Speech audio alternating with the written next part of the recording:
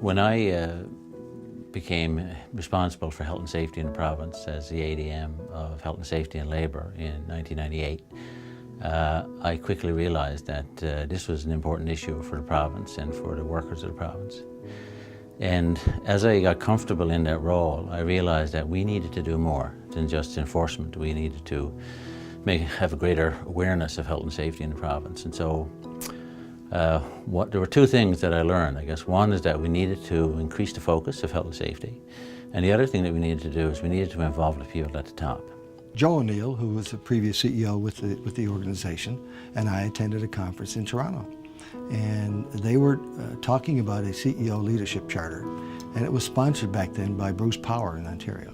I heard of this gentleman by the name of Duncan Hawthorne, who ran Bruce Power. He was CEO of Bruce Power in Ontario. And I was attending a federal provincial labour ministers conference. And Duncan spoke at that conference, and I saw his passion. And one of the things that he was talking about, which he was very committed to, was the CEO Leadership Charter. They were looking for folks to take it and run with it across the country.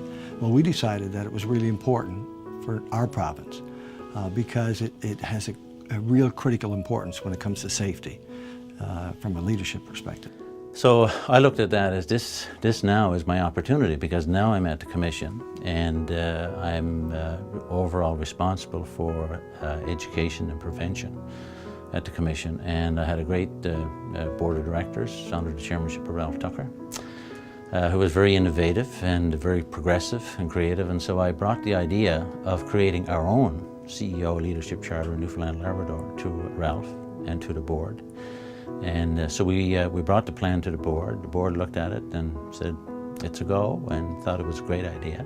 We had the staff inside the Commission redefine the program, put some new elements in there, and we ended up with the current charter we have today. We engaged 30, for the first charter, we engaged 30 good leaders in the province, some of the large companies in the province. And we had them sign the first charter in May of 2007. The first ever CEO charter for health and safety.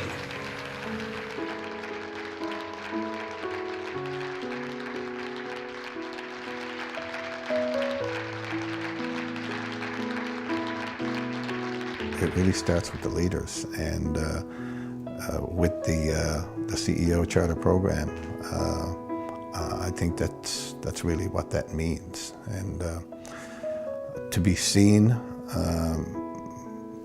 as a CEO charter member, I think it says that we're serious and sincere about safety.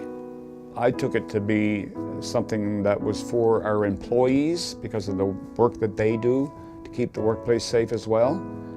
And so, you know, it was quite an honor. And as I learned more about it and saw the people who were involved and had become signatories to the charter, I even felt more humbled to be in their sort of presence. We know with workplaces that it's very important that the safety culture permeates throughout the whole organization.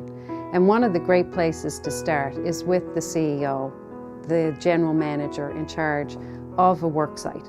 Well, the CEO Safety Charter is very important because it sends a signal to your employees, first and foremost, the seriousness that the company puts into safety, and obviously being involved with other CEOs and working at a senior level to instill that we have the best information available at that level, along with what we're doing every day, is rewarding, and it's what's necessary to make it come together.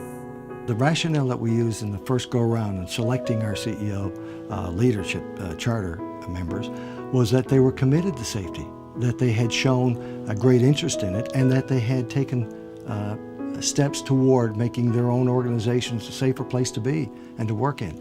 So while some of those organizations may not at that point have had a strong safety record, there was a change occurring inside their organizations. And it was really important to us that we support those folks who were committed to making change toward safety. We wanted a complete buy-in. When we decided to go with this, we wanted to make it a big event, and we certainly want a complete buy-in. And so as a result of that, the first 30 leaders, if you look at the charter and the members, you will see a great cross-section of male CEOs, female CEOs, youth, and Aboriginal people from Labrador, and it was great to see them there and to see them talk about health and safety, and not just to see them come and sign, but to see the commitment that they had signed on to. Because once they sign the charter, they make a commitment to have safety as the top priority in their organization. Well, currently we have 55 of our CEOs in our province inducted into our charter. That's a great start. The reason we picked these 55, and we'll continue to grow the organization, grow the charter, but the reason we picked these folks is not just because they were leaders inside their organization. That's important, but they're also champions throughout the community. And they've, the expertise, the commitment that they bring to safety right throughout our province is absolutely essential if we want to become the safest province to work in Canada. When there's a passion associated with safety, it's contagious. And it's a great opportunity in a leader's life to let that passion go throughout the organization. Particularly when you know that a passion like that will result in people going home safely at the end of each workday. We recognize our employees are the most valuable asset that we have, and it's the one that we have to do our utmost to protect.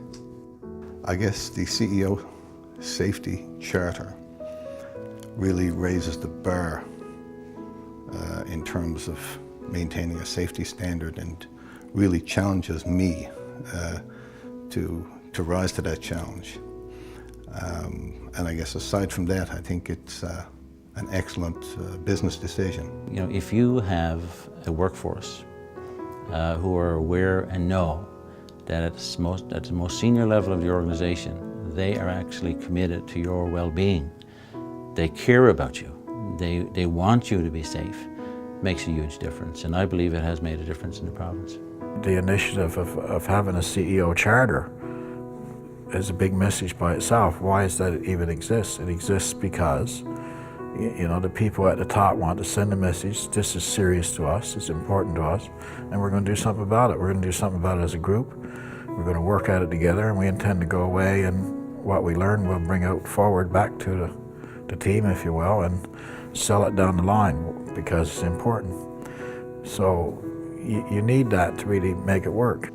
Well, I think the CEO Charter Safety Program contributes greatly to the overall provincial safety record, because it involves everybody at the highest level of management, which really is where safety should begin. So you need that to really make it work. I mean, look at the progress that's happened in Newfoundland in the last 5 years, and in the last 10 years, it's absolutely huge. Well, that's all because someone at the top decided they're going to do something about it. And of course, the more people that are in that space, the more progress we're all collectively going to have, I would think.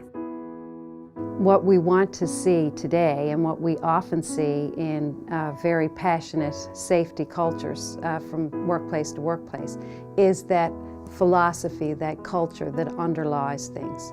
People aren't tolerant any longer of things being done that puts someone else at risk.